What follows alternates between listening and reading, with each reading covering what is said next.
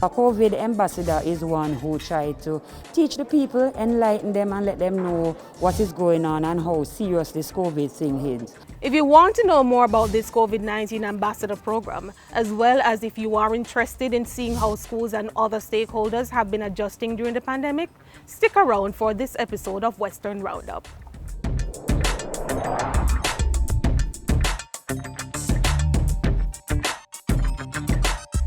The widespread implementation of health and safety protocols across the tourism sector has been so successful that it is now being replicated in some of our local communities.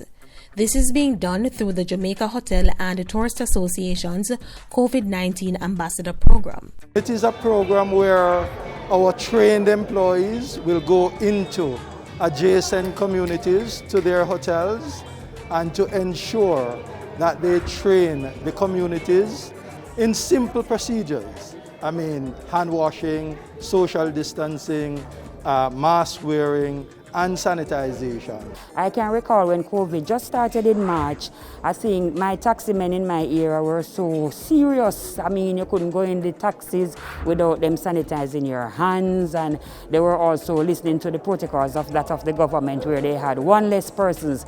And since later I realized there's no mask, there's no sanitizer, people rubbing up together. So I took the initiative along with our JHTA president, Mr. Clifton Reeder, that I think I need to sensitize the people because I live in that community, I'm a part of that community, my family lives in the community. So what I do, I go where the boys playing football, I make myself known to them.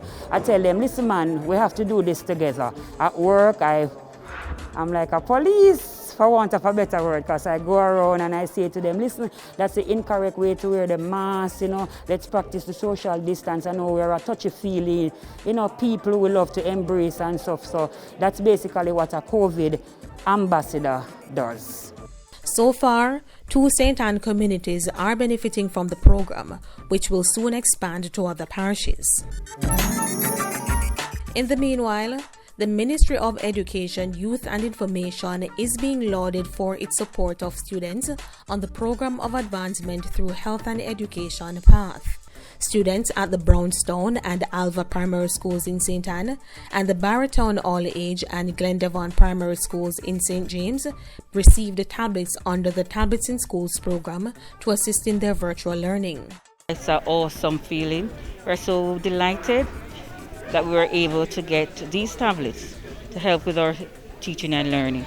There are some needy students who at this time cannot afford it, and so we are extremely grateful that we were selected to be given 126 tablets. The parents too are expressing their gratitude for the initiative, which has made virtual learning less burdensome and more fun. I really appreciate the help that Alva Primary and Infant School is getting. I'm feeling overwhelmed. I'm so happy, because this is one of the best things ever happened in March. We didn't add smartphone and things like that. So, the teacher would have to print the work online and worksheet for our child to do it, and we do work and drop it back to the school.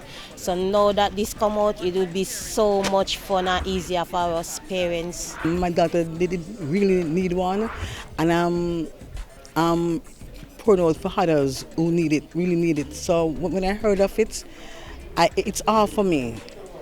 It's a joy for me for them to get it. That they can excel more by using their tablets. Yes, so that's really a blessing for me.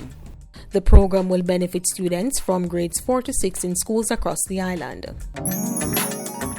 Finally, in St. James, the Farm and Green Pond Primary and Infant Schools are now in a better position to take protective measures against COVID-19 when face-to-face learning resumes. This was made possible through the kind donation from US-based non-profit organization Children of the Caribbean Foundation. We are indeed happy that we have partnered with the Children of the Caribbean Foundation, and indeed they have given us the items that we really need to ensure that we are ready when the government or the Minister of Education should give the go-ahead to have our students engaged face-to-face. The schools received masks, hand sanitizer dispensers, face shields, and infrared thermometers. We hope you're still doing all you can to stay safe and, of course, following the protocols as outlined by the Ministry of Health and Wellness as we all try to beat this pandemic. Thanks for watching Western Roundup, where we take you from the corners of St. Elizabeth to the hilly terrains of St. Anne. Until next time, we leave you with this message from our COVID-19 ambassador. Let's come together, because this COVID thing is no respecter. Young, old, middle age and older, black, white, it no fear no color. Let's come together. We can do this. We are stronger. We can't make COVID come mash up.